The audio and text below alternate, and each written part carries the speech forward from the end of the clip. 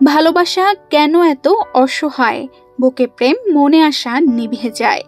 গানের এই লাইনগুলো যেন কারো কারো জীবনে সত্যি হয়ে ধরা দেয়। শত ভালোবাসার পরও নিজের মানুষটি পর হয়ে যায়, ভেঙে যায় সম্পর্ক। মানব জীবনে প্রেম হওয়া যেমন স্বাভাবিক বিষয়, তেমনি প্রেম ভেঙে যাওয়াও স্বাভাবিক। এমনই এক প্রেমের কাহিনী নওগাঁর বদলগাছির যুবক শাহিন হোসেনের। ৩ বছর প্রেমের পর পারিবারিকভাবে বিবাহ বন্ধনে আবদ্ধ হয় শাহিন ও কামরুন নাহার শ্যামা। ৫ বছর সংসারের পর কামরুন নাহার শ্যামা পরকীয়ায় জড়িয়ে পড়ে। এরপর নতুন প্রেমিকের হাত ধরে শাহিনের বাড়ি ছেড়ে চলে যায়। শুধু চলেই যায়নি, সাথে নিয়ে গেছে ২৫ লাখ টাকা। সেই গল্প শোনাচ্ছেন শাহিন হোসেন নিজেই। আমি একজনকে ভালোবেসে বিয়ে করছিলাম। তাকে বিয়ে করার পর থেকে তার সঙ্গে আমার দীর্ঘ ৫ বছর সংসার জীবনে ছিলাম। থাকার পরে সে আমার পরিবারের আলমারির চাবি চুরি করে সে আলমারি থেকে আমার ব্যবসা ২৫ লক্ষ টাকা মেরে নিয়ে পরকীয়া প্রেমিকের হাত ধরে পালিয়ে যায়।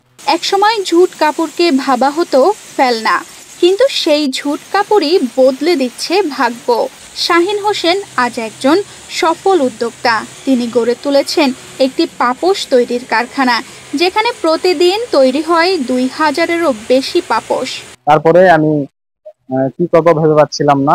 পরে এক বড় ভাইয়ের পরামর্শে আমার বিজনেস করার পরামর্শ দেয়। তারপরে আমার একটা বাইক বিক্রি করে আমি এক সেট ড্রিল মেশিন কিনে এই পাপোশ ফ্যাক্টরি শুরু করি ১২ জন শ্রমিক দিয়ে। প্রতি মাসে এই কারখানায় পাপোশ বিক্রি হয়ে থাকে ১০ থেকে ১২ লক্ষ টাকার, আর সেখান থেকে আয় হয় প্রায় লাখ টাকা। প্রতি মাসে আমার ১০-১২ লাখ টাকা মাল ডেলিভারি দেই। এখান থেকে শ্রমিকের বেতন দেই। দেওয়ার পর যা থাকে প্রফিট আমার থাকে এবং তারাও স্বাবলম্বী হচ্ছে, আমিও আমার স্বপ্ন পূরণ করতে পারছি। কারখানায় কর্মরত এক নারী শ্রমিক জানিয়েছেন, বগুড়ার আদমদীঘি উপজেলার শাউইল বাজার থেকে সুতা আনা হয়।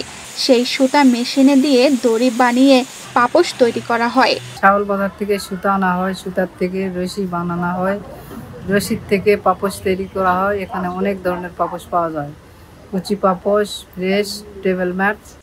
আরেক নারী শ্রমিক জানায়, তিনি এই কারখানায় দীর্ঘ ৩ বছর থেকে কাজ করছেন।